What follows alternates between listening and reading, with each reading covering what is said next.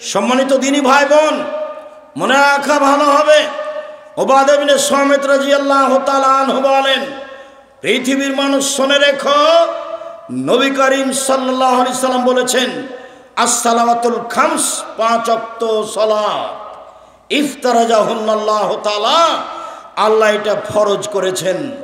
ফামান আহসানা ওযুহুন্না, যে সুন্দর করে ওযু করবে, ওয়াসাল্লাহুন্না লিওয়াক্তিহিন্না, নির্ধারিত সময়ে সালাত আদায় করবে।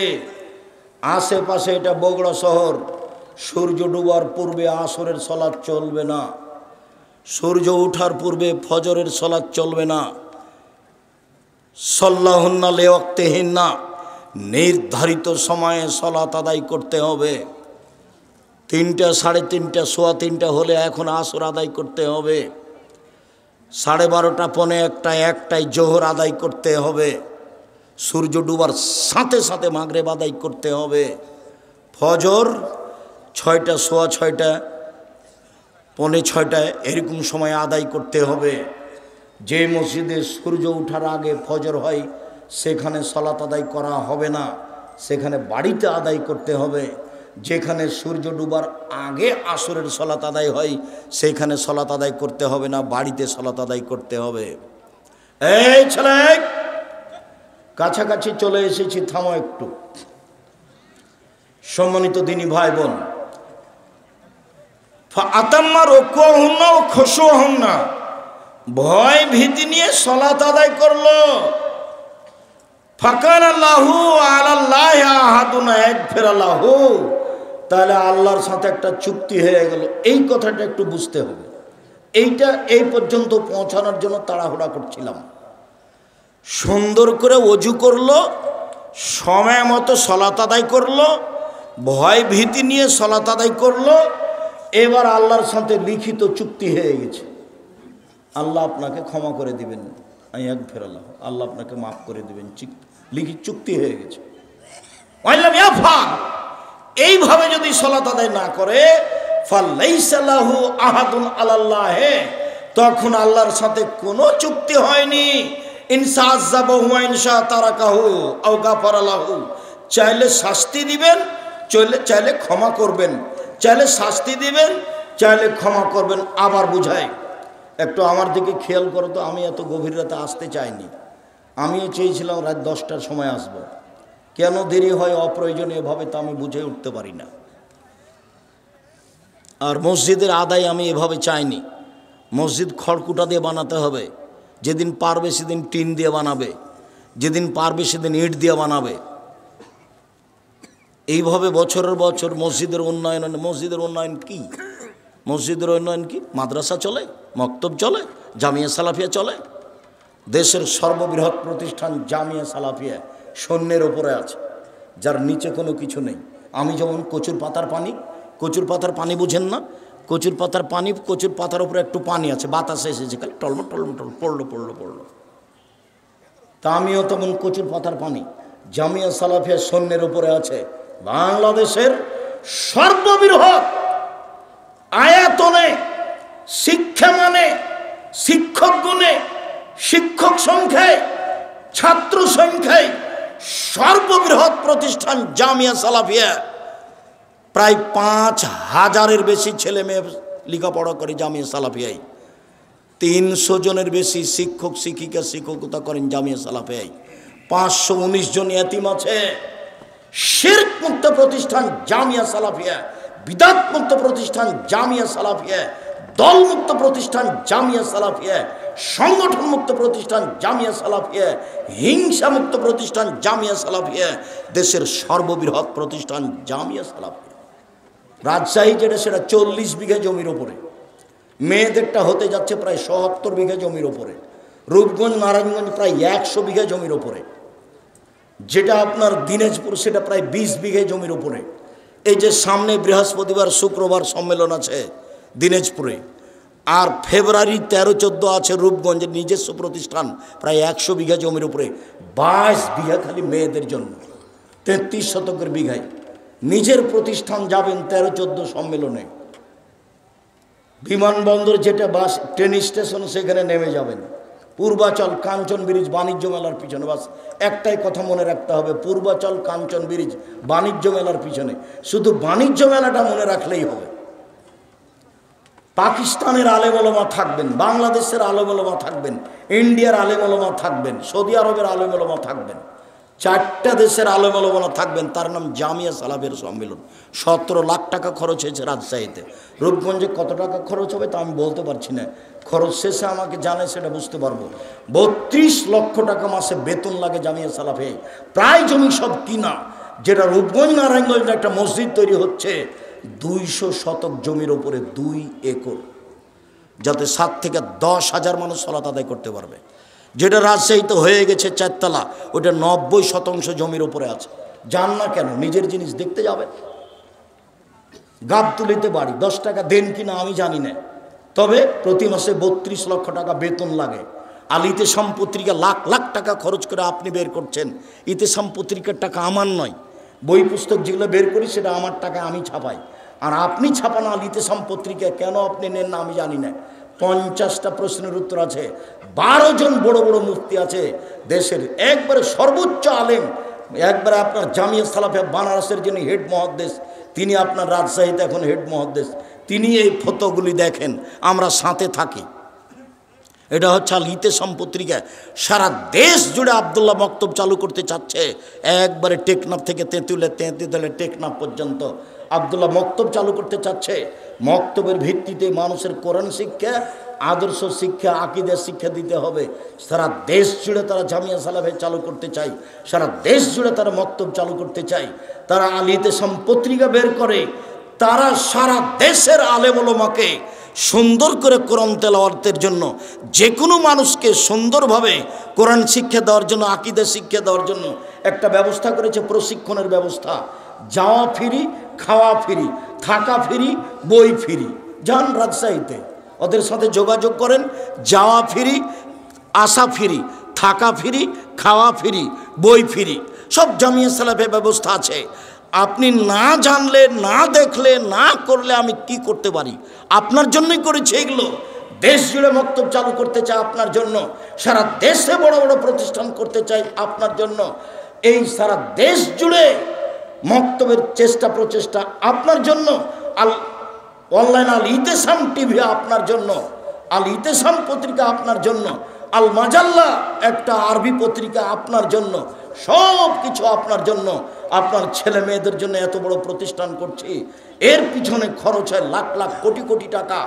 আপনি ঘুমিয়ে থাকেন আর ঠিকই ঘুম থেকে ওটা বদনাম করেন। কি দেখাচ্ছেন আপনি? বদনাম করবেন কেন? এদিকে দেখেন, যেভাবে আমি সালাত আদায় দেখাচ্ছি এভাবে সালাত আদায় করবেন।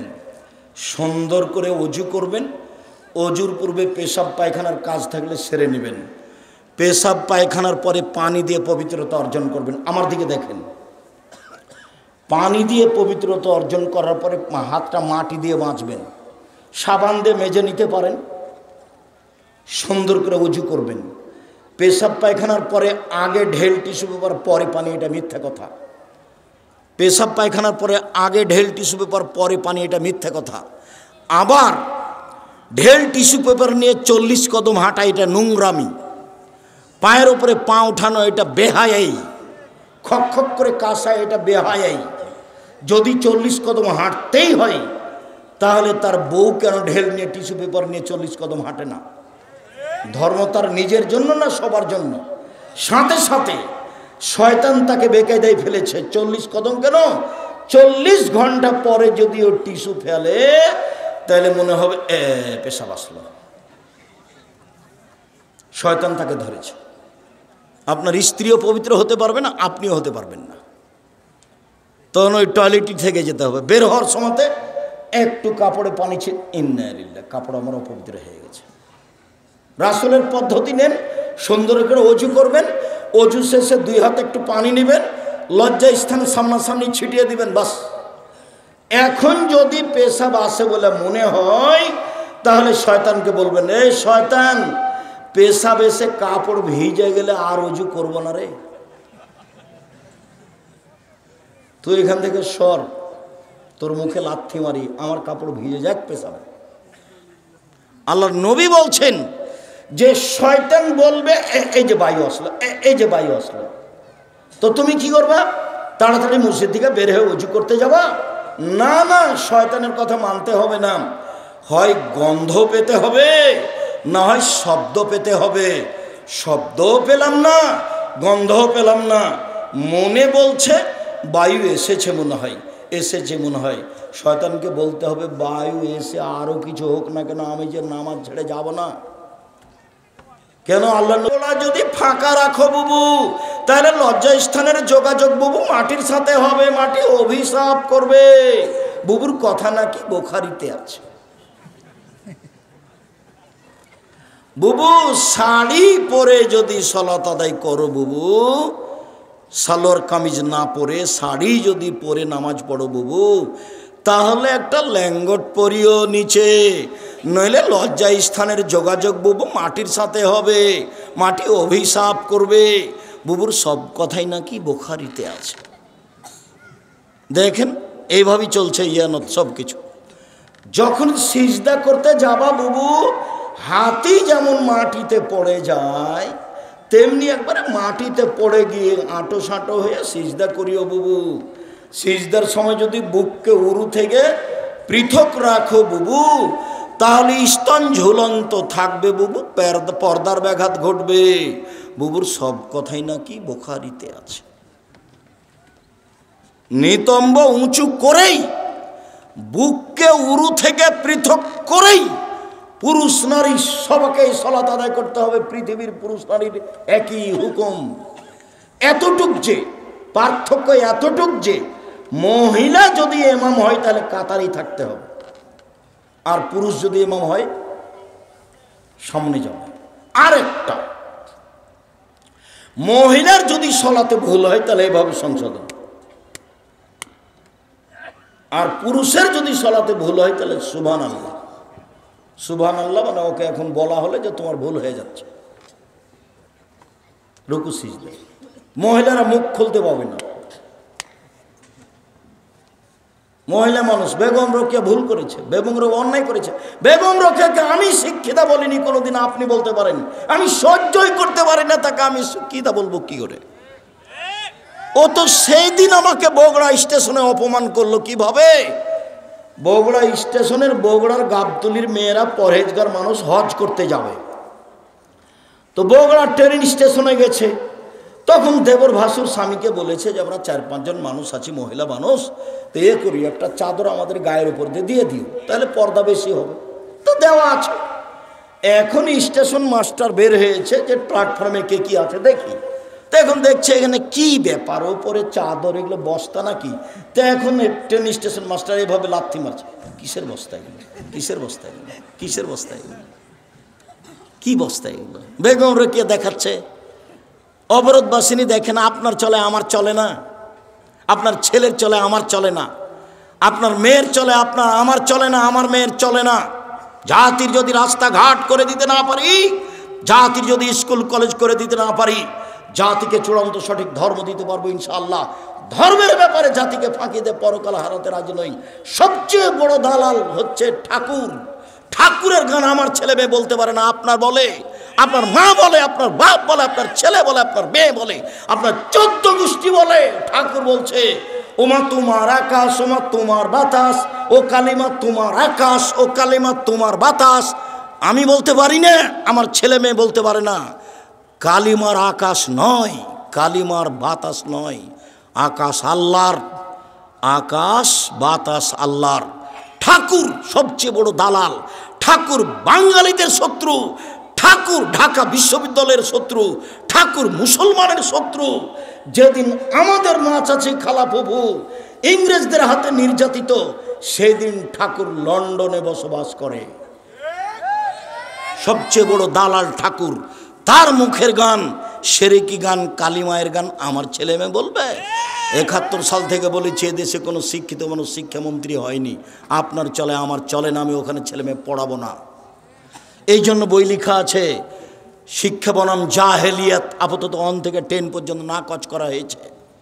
এই জন্য বই লেখা আছে। কেন হবো অবরোধবাসিনী? না তো আমি তো অবরোধবাসিনী নই, আমি মহিলা মানুষ।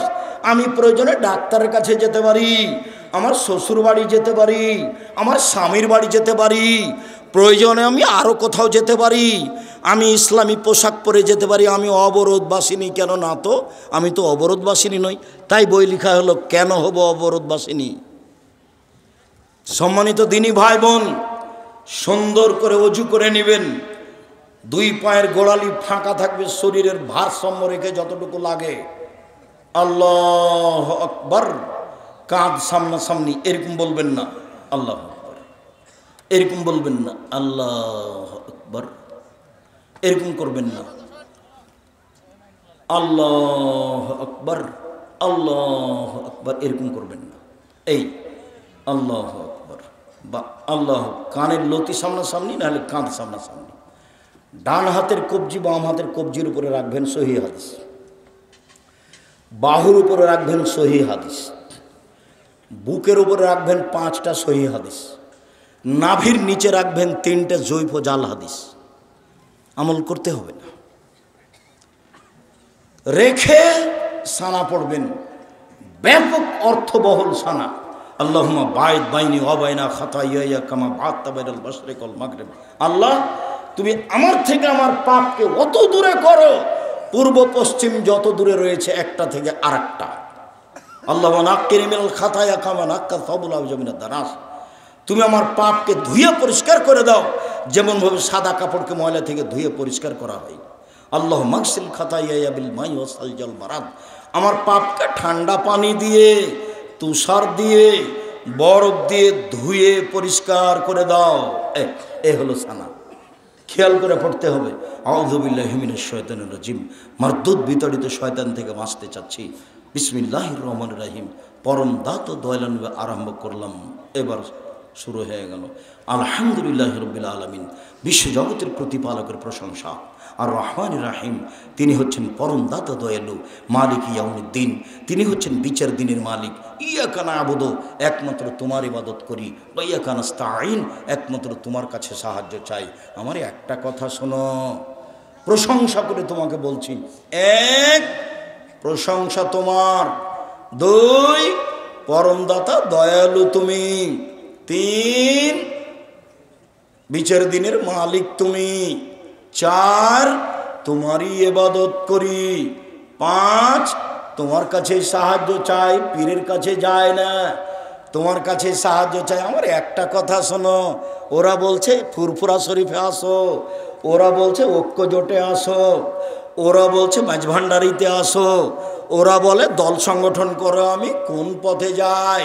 তুমি আমাকে একটা পথ দেখাও, ইহদিনাস সিরাতাল মুস্তাকিম, আমাকে সরল পথ দেখাও, সোজা পথ দেখাও। ওরা তো এই জিনিস চায়, এই পথ দেখায়। ওরা বলছে আমাকে রাজপথ দেখাও, নির্বাচন দেখাও। এক একজন এক এক রকম বলছে। আমি কি করি? আমি কোন পথে যাই? অনেক কথা বলার পরে তোমাকে আমি একটা কথা বলি, আমার একটা কথা শোনো, আমাকে সরল পথ দেখাও। সিরাতাল্লাযিনা আনআমতা আলাইহিম, ওদের পথ দেখাবা যাদের ভালোবেসেছো, ওদের পথ দেখাবা। গায়রিল মাগযুবি আলাইহিম ওয়ালাদ-দাল্লিন, ওদের পথ দেখায় না যারা অভিশপ্ত, ওদের পথ দেখায় না যারা ভ্রান্ত। লম্বা সময় ধরে একটা কথা বললাম, আমিন, আমার কথাটা কবুল করো। বিসমিল্লাহির রহমানির রহিম। পরম দাতা দয়ালু নামে আরম্ভ করলাম। কুল হুয়াল্লাহু আহাদ, হে নবী আপনি বলুন আল্লাহু একক, আল্লাহু সামাদ, আল্লাহ নিরপেক্ষ মুখাপেক্ষীহীন। লাম ইয়ালিদ, তিনি কাউকে জন্ম দেননি। ওয়ালাম ইউলাদ, তিনি কারো থেকে জন্ম নেননি। ওয়ালাম ইয়াকুল্লাহু কুফুয়ান আহাদ, তার সমকক্ষ কেউ নেই। আল্লাহু আকবার।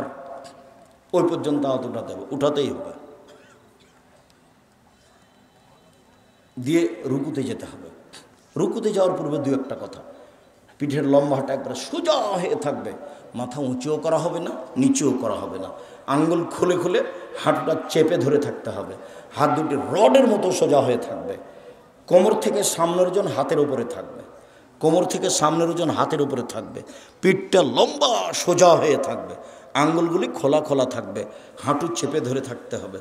সুবহান রাব্বিল আযীম, যতবার ইচ্ছে 3 বার 5 বার 10 বার, একটা হাদিসও ঠিক নয়, যতবার ইচ্ছা যে যা পারে। সুবহান কুদ্দুসুন রব্বুল মালাইকাতুর রূহ, যে যত পারে। সুবহানাকা আল্লাহুম্মা রাব্বানা ওয়া বিহামদিকা আল্লাহুম্মা ইগফিরলি, তোমার প্রশংসা সহকারে তোমার পবিত্রতা বর্ণনা করছি, আমাকে ক্ষমা করো যতবার ইচ্ছে। আরও দোয়া, এরপরে সামি আল্লাহু লিমান হামিদা রব্বানা ওয়া লাকাল হামদ, আবার ওই পর্যন্ত ছেড়ে দিয়ে করে সোজা দাঁড়িয়ে থাকতে হবে, আর বুকে হাত বাঁধতে হবে না। এই চলো, এই থামো, আর বুকে হাত বাঁধতে হবে না, ছেড়ে দিয়ে সোজা থেকে যেতে হবে, স্ব স্থানে যেতে হবে, হাড়ের মাথা সোজা দাঁড়িয়ে থাকবেন আর বলবেন সামি আল্লাহু লিমান হামিদা রব্বানা লাকাল হামদ হামদান কাসীরান তাইয়িবান মুবারাকান। আল্লাহ ওই লোকের প্রশংসা শুনল, যে তার প্রশংসা করলো, খুব তার প্রশংসা, বরকতময় তার প্রশংসা, মঙ্গলময় তার প্রশংসা, বিলাস সামাওয়াতে আকাশ পরিমাণ প্রশংসা, মিলাল আর জমিন পরিমাণ প্রশংসা, মিলামা বাইনাহুমা আকাশ জমিনের মধ্যে যে ফাঁকা আছে এই পরিমাণ প্রশংসা, মিলামা সে তুমি শাইন বাদো।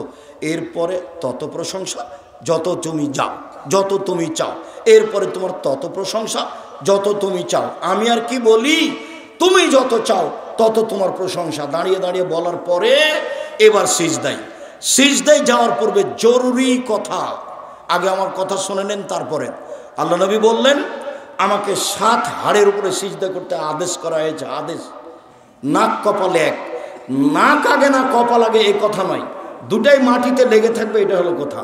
নাক কপাল এক, 2 হাত 3, 2 হাঁটু 5, 2 পায়ের বৃদ্ধাঙ্গুল 7।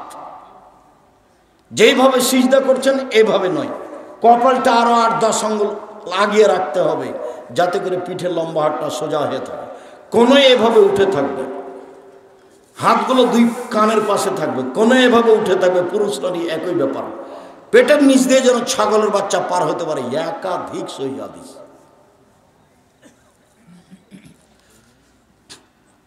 কানের পাশে থাকবে, কোনো এভাবে উঠে থাকবে, পায়ের গোড়ালি জমা থাকবে, পায়ের গোড়ালি এইভাবে জমা থাকবে, সহিহ হাদিস। চেষ্টা করে জমা করার চেষ্টা করতে হবে। যারা বলেছে বৃদ্ধাঙ্গুল নাড়ানো যাবে না, ওর মিথ্যা কথা এটা। বলবেন সুবহান রাব্বিয়াল আলা যতবার ইচ্ছা, বলুন সুবহুন কুদ্দুসুন রব্বুল মালাইকাতুর যতবার ইচ্ছা, বলুন সুবহানাকা আল্লাহুম্মা রাব্বানা ওয়া বিহামদিকা আল্লাহুম্মা ইগফিরলি যতবার ইচ্ছা, বলুন আল্লাহুম্মা ইগফিরলি জামবি কুল্লাহু দিক্কাহু জুল্লাহু ওয়া ওয়াল্লাহু আখিরু ওয়া নিয়াতু সিররা। আল্লাহ তোমার আগের পাপ, পরের পাপ, ছোট পাপ, বড় পাপ, প্রকাশ্য পাপ, অপ্রকাশ্য পাপ, জীবনে যত পাপ করেছি সব তুমি ক্ষমা করে দাও। উল্লেখ্য যে জামার হাত জড়ানো যাবে না, হাত জমা করতে নিষেধ করা হয়েছে। প্যান্ট ওপরে জড়াতে হবে প্রয়োজনে, নিচে জড়ানো হারাম, কাবিরা গুনাহ, নিচে জড়ানো যাবে না। মহিলারা সলাতে দাঁড়াবে চেষ্টা করবে টাকনো ঢেকে রাখা, পায়ের পাতা যেটা উপর সাইড ঢাকতে হবে এটা জরুরি নয়, নিচের সাইড কাপড়টা যেন পায়জামা যেন টাকনো নিচে থাকে, পায়জামা যেন গোড়ালি পর্যন্ত চলে যায়, গোড়াল নিচে যেন ঝুলে থাকে মহিলাদের জন্য। এই ছেলে, উপস্থিত বৈঠকের দিনই মুসলিম বোন, কথা বলছেন নাকি? আপনাকেই তো বলছি, চুপ থাকেন, এদিকে খেয়াল করেন। শাড়ি পরে সালাত আদায় করতে পারেন, কোনো সমস্যা নেই। মেক্সি পরেন, সালোয়ার কামিজ পরেন, সমস্যা নেই। এমন পায়জামা পরবেন না যেটা স্কিন গায়ের সাথে লেগে আছে, এমন পায়জামা পরবেন না যার ভিতরে আর একটা মানুষ ঢুকবে। এইসব নোংরামি পোশাক পরবেন না, এটা ভদ্রতা নয়, এটা শিক্ষা নয়। শুনুন, মাথার চুল খোপা বাঁধা রাখা হবে না এই সময়, হয় বেনিগেতে ছেড়ে দিতে হবে, নাহলে এমনিতেই থাকবে। সব কিছু সিজদায় যাচ্ছে, কাপড়, জামা, চুল, ব্যক্তি, সব কিছু আল্লাহর সন্তুষ্টির জন্য সিজদায় যাচ্ছে। অতএব চুল বেনি গাঁথা থাকবে, নাহি খোপা খোলা থাকবে, খোপা বাঁধা থাকবে না, এমনি ছাড়া থাকবে চুল, আর নাহলে বেনি গাঁথা থাকবে, পিছন দিকে ঝুলবে। সিজদাতে যেভাবে পড়বে, যে অংশ পড়বে, হাতগুলো জড়া করা নিষেধ, জমা করা নিষেধ। পায়ের নিচে প্যান্ট জমা করা হবে না, প্রয়োজনে উপরে জড়াতে হবে, এটা হলো পরনের জায়গা, পড়তে হবে তার স্থান। তারপরে আপনি উঠে আসেন, আল্লাহুম্মা ইগফিরলি ওয়ারহামনি ওয়াহদিনি ওয়াগফিরনি ওয়ারযুকনি। আল্লাহ তুমি আমার প্রতি দয়া করো, আমাকে ক্ষমা করো, আমাকে খেতে দাও, আমাকে হেদায়েত দাও। এরপরে আবার সিজদায় যাবেন, এভাবে সিজদায় দোয়া পড়বেন। সিজদার দোয়া অনেক আছে, আপনার জন্য দোয়ার বইটা লিখেছিলাম, জানি না আপনার বাড়িতে আছে কিনা। আপনার জন্য উপদেশ বইটা লিখেছিলাম, পরবর্তীতে এসে নামাজের উপরে বই আপনার জন্য লিখেছি। মানুষ হিসেবে চেষ্টা করেছি ভালো করে লেখার যতদূর সম্ভব। কত হাত তুলে দোয়া আছে, কোথায় আছে হাত তুলে দোয়া, সব বিস্তরিত দিয়েছি, পদ্ধতিগুলো বিস্তারিত দিয়েছি। আজান একটা চলবে না, দুটা চলবে জুমার দিনে, সেটা দেওয়ার চেষ্টা করেছি। আমি মানুষ হিসাবে নামাজের উপরে বইটা লিখতে ত্রুটি করিনি, মানুষ হিসেবে সম্ভবপর চেষ্টা করেছি। তারপরে আপনি এবার বসেন।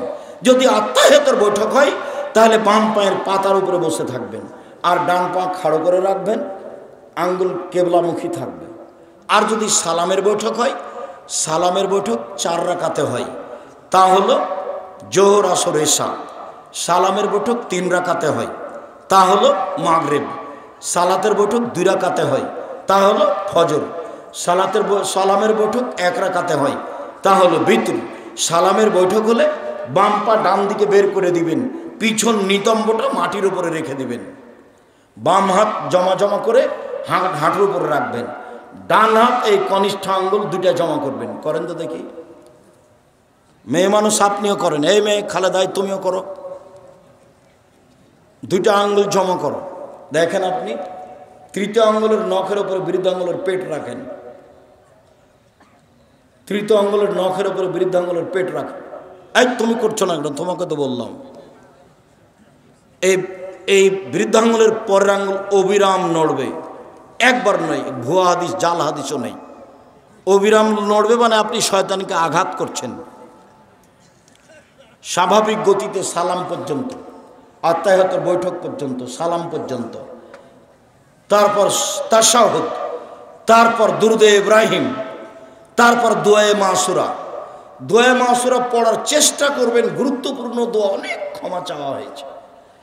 তারপরে আমার একটা পরামর্শ আছে, রব্বির হামহুমা কামা রাব্বায়ানি সাগীরা, ভুলবেন না, না ভুলেন যেন, তার জন্য আমি কি পরামর্শ দিয়েছি?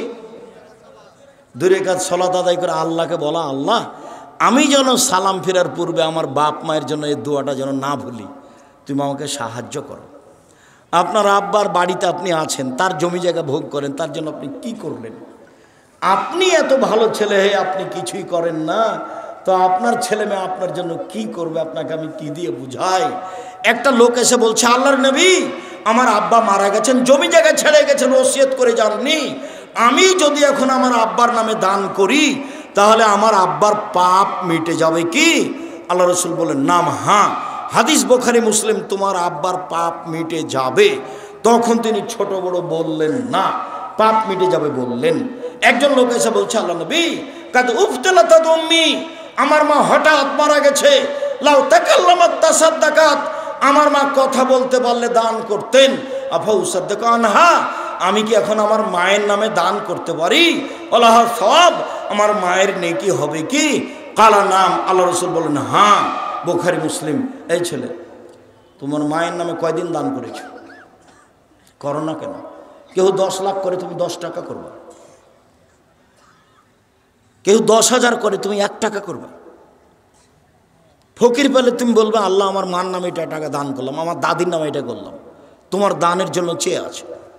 আপনি মহিলা মানুষ, আল্লাহ নবী বারবার আপনাকে বলছেন যে জাহান্নাম থেকে বেঁচে যাওয়া দান করেনি। সেদিন আব্দুর রহিম রমেশ্বরপুরে বিস্তারিত বলছিল, মনে হয় দানের উপরেই ছিল। কি বিষয়ে ছিল? কোরআন না দানের উপরে ছিল নাকি? কোরআনের উপরে। কোন জায়গাতে দেখি দানের উপরে বলছে, খুব বিস্তারিত বলছে দানের উপরে, এমন তথ্য পেশ করছে যা আমি কোনোদিন খেয়ালও করিনি। দানের উপরে আব্দুর রহিম কথা বলছিল।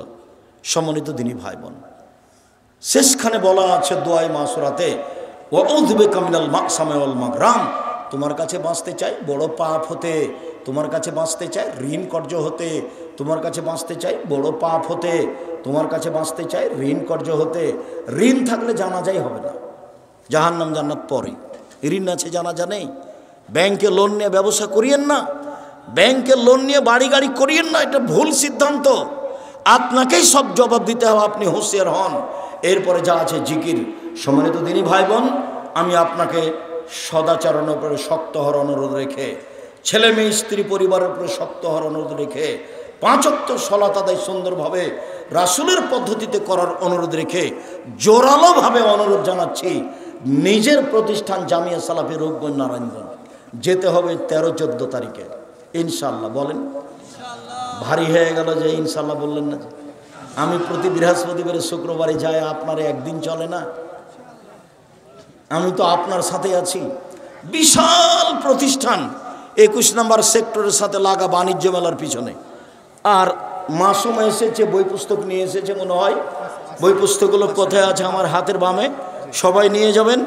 সকল দিনই ভাই বোনকে বইগুলি সংগ্রহ করার আন্তরিকভাবে অনুরোধ জানিয়ে জামিয়া সালাফিয়া রূপগঞ্জ নারায়ণগঞ্জ ঢাকা 13-14 ফেব্রুয়ারি। প্রশংসা।